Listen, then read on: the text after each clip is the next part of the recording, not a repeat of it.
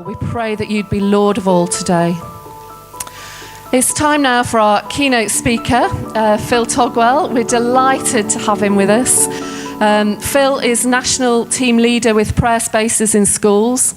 I first really met Phil in Sheffield's Showroom Cafe, where he introduced me to Prayer Spaces in Schools. And if you want to read my interview with him, it's on our website, on the CAS website. And I introduced you to Henderson's Relish Crisps, if you remember. Phil trained and has worked in a wide range of youth and community settings before serving as 24/7's Prayer UK Director for 7 years. And he now leads the Prayer Spaces in Schools team and the Diocese of Durham's Prayer Project. So we're really delighted that you've travelled down from the northeast to be with us. I know you had a really early start, and I know that the next 20 minutes will be important, inspiring and interesting. Thank you. Thanks. Wonderful. It's great to be here. When Fiona sent me the email about a year ago to asking me to come and do this keynote presentation, she said, what I want from you is to engage, relax, prepare and inspire everyone. So the next 20 minutes I'm going to attempt to have a go at some of these. Amy suggested that to relax everyone, perhaps we could do a little bit of a massage or something like that, but I'm not going to venture into that. So, but we'll give it a best go. Great. So I live in Whitley Bay. Has anyone been to Whitley Bay? Yeah, I don't come from Whitley Bay, but my wife was born in Whitley Bay. I was born in Colchester. I grew up in Essex, around Romford and Ilford and East London. I love all of that, but I now live about as far as here to the back of the room. That's where the sea is. So I enjoy that, and it was nice to even just drive a little bit along the coast as I set off at 6 o'clock this morning.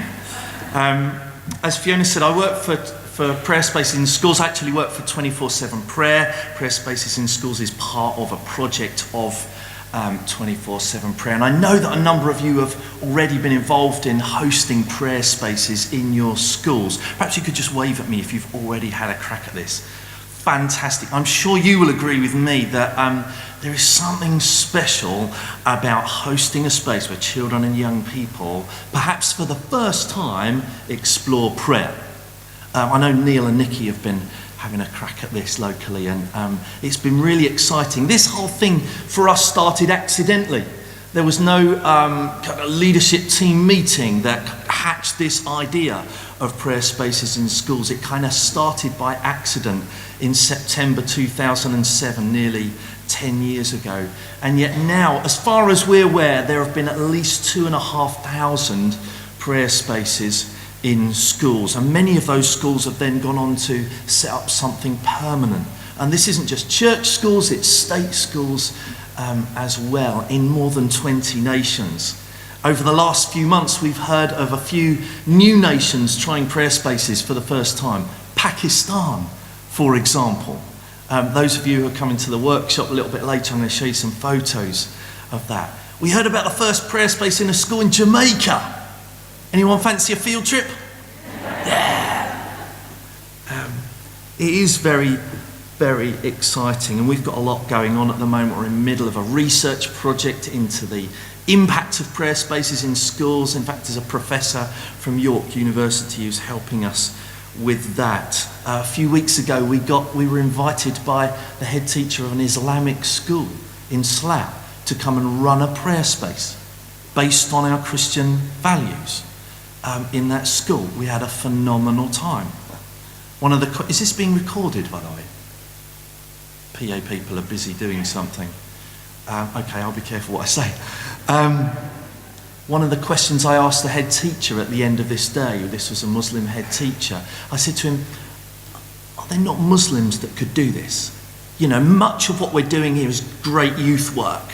Aren't there Muslims that could create a space of hospitality and welcome and spiritual discovery? And he said to me, no, that's why we need you as a church. There are some tremendous opportunities for us as the church to serve the spiritual and pastoral life of our schools, aren't there?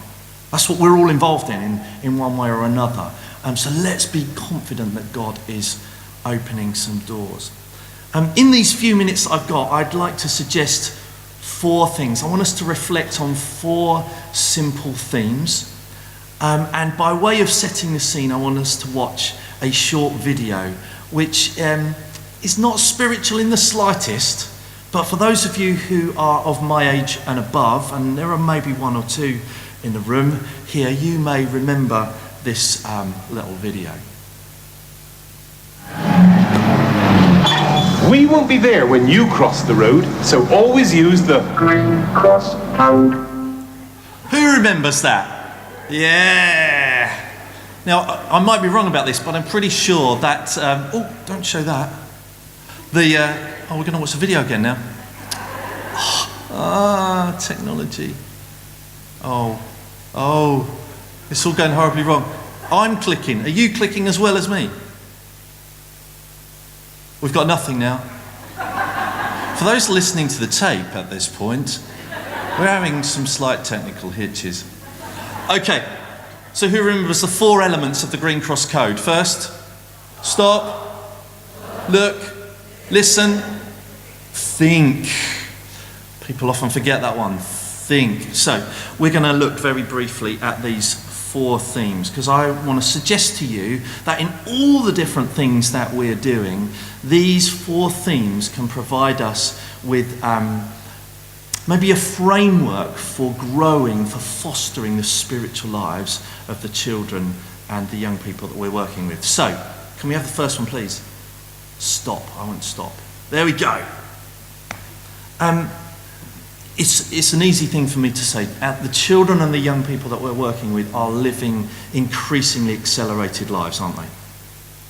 They're just incredibly busy. It's not difficult to find research, to find statistics about the increasing pressure and stress, the mental health issues that children and young people are facing. Isn't that true? You're probably working with children and young people who are facing that, the increasing, the accelerating pressure on their lives. And I don't think it would be difficult to draw out the connections with this always-on culture that they are part of. I've got 3 daughters. My youngest daughter is 13 years old. And I'm noticing the difference between her relationship with technology, and particularly social media, than my 18 and 20-year-old. The pressure on her to be always on, to always be available, is immense. And it's stressful. There isn't anywhere in her life where she has a natural stop, pause. I read a brilliant book a few years ago by a guy called Carl Honor, and it's called In Praise of Slow.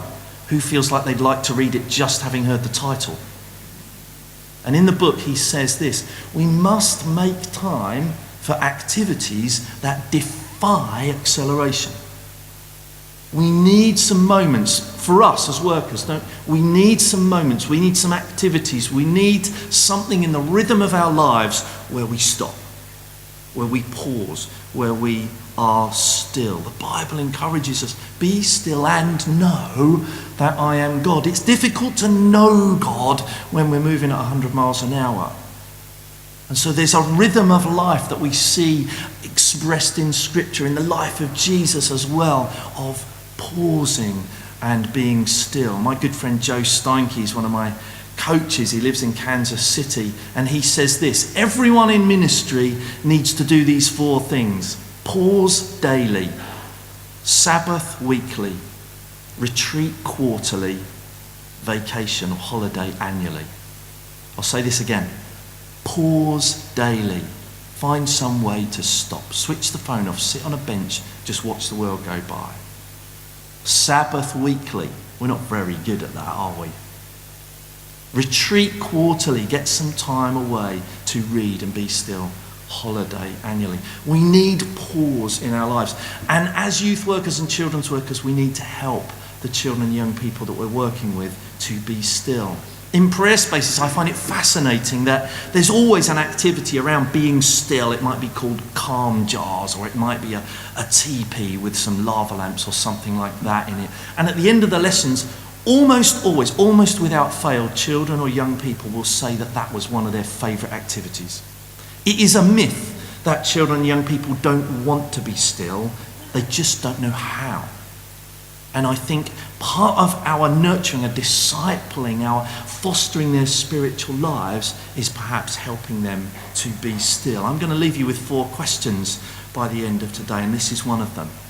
How can we help children and young people to pause and be still in all the different things that we're doing? Secondly, look. Who remembers these? Who can tell me what this is? Who had books? Can you remember, yeah? It is a 3D thing. Can you remember what it's called? Magic Eye, yeah. Now, I don't know if it's possible to do these in the crowd. I did this in York somewhere and it did work, but can anyone tell me what that image is? I'll do the next one because it might be a little bit easier. It's a heart. Well done. Now, there are some people in the room going, no, it's not.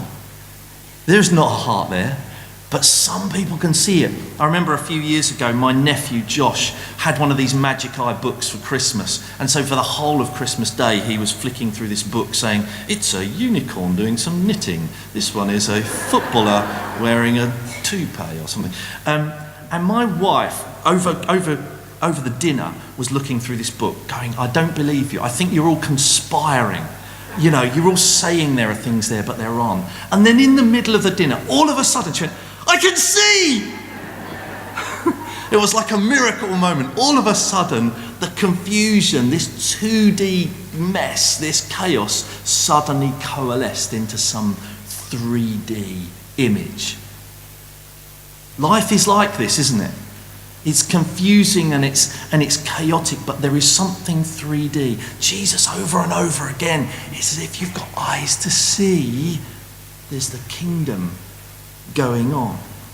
There was that interesting moment, wasn't there, when Jesus was surrounded by his disciples reclining at a table, and a woman walks in, a prostitute, and she pours perfume on his feet and starts to wipe it with her hair. And Jesus says this silly thing.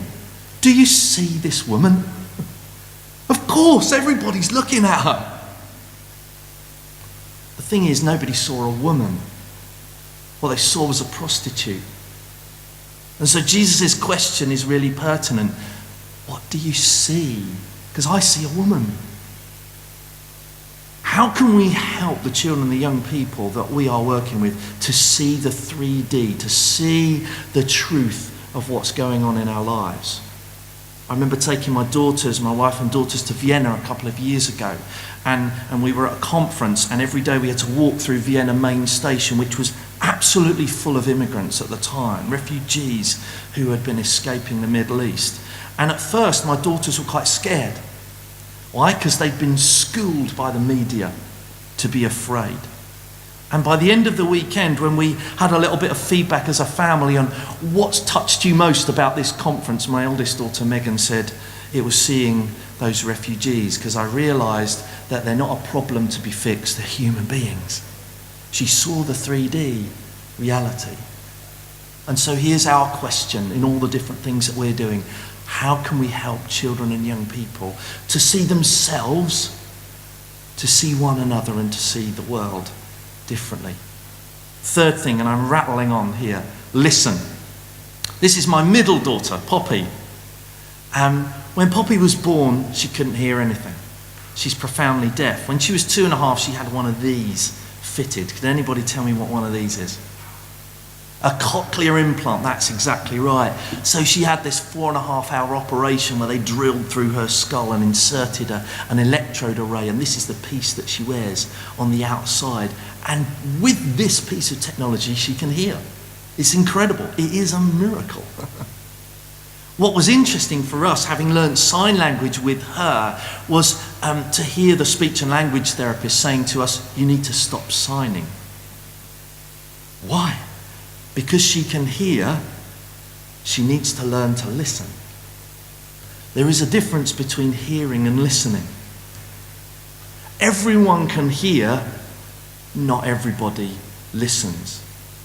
In the Message version of the Bible, Jesus says this thing over and over again. Are you listening, really listening? In the NIV, it's those that have ears, let them hear. It's Jesus differentiating between plenty of people hear, but not many listen. The children and young people that we work with are surrounded, they're assaulted with huge amounts of noise and opinion and ideas. The challenge for us as children's workers, youth workers, teachers, is to help them to discern, to filter, to decide where is the truth, which is often the still small voice amongst the noise that they are surrounded with. And so here's the question: how can we help children and young people to listen well to others and to the still small voice of God? Finally, think. In the Green Cross Code, think is all about asking questions.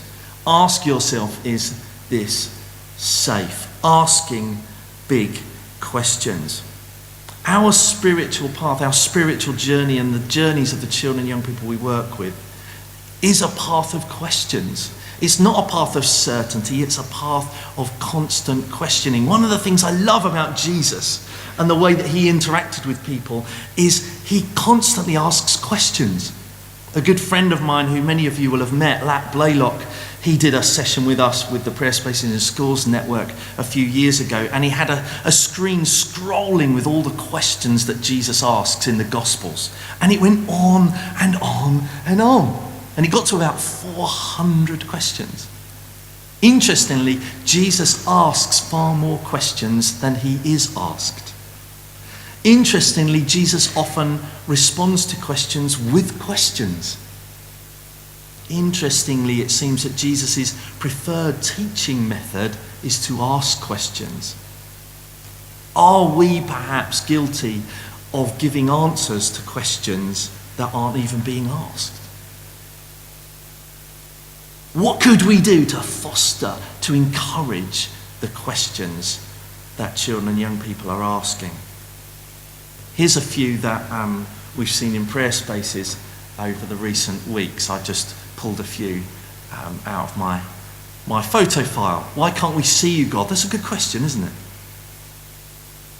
Why do we exist? This is a big question, isn't it? For a God that can do everything, why does God not do these things? Many of the children and young people have deep heart questions. They're looking for a safe space to ask.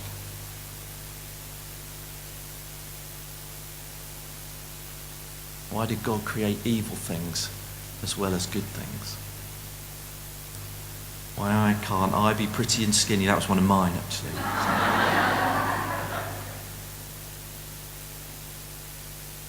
I think we can probably all answer that question. Does God ever cry? This is one of my favourites. I am obviously trying my best to emulate the great beard of God. It's actually my favourite activity in a prayer space, and we call it Big Questions. It's this simple invitation to children and young people. If God was sitting here, what would the one question be that you would like to ask? And we say to the teams that host these prayer spaces, whatever you do, don't try and answer the question. A, because it's not for you. And B, because if we're honest, most of us have very similar questions to the ones I've just showed, yeah? Maybe not this one, but many of the others are the questions that we carry. And Jesus seems to encourage those questions because the questions are a quest. It is a journey that we go on. And so the question at the end of this is, how can we encourage children and young people to think, to ask, to seek, to explore some more? In Jesus, I see someone who took time to stop. He was never hurried, but he pauses regularly. I see someone who looked carefully, who paid attention. I see someone who listened, who took time to Isn't it the greatest gift that we can give to someone, to listen to them? To really listen? And in Jesus we see someone who listened deeply, who listened to the things behind the things that people were saying. And we see someone as well who encouraged questioning. Come, follow me, he says. And so perhaps at the start of this day, as we enter lots of workshops and we hear about lots of fantastic projects, we can hold these thoughts in mind and go and do likewise. Thank you.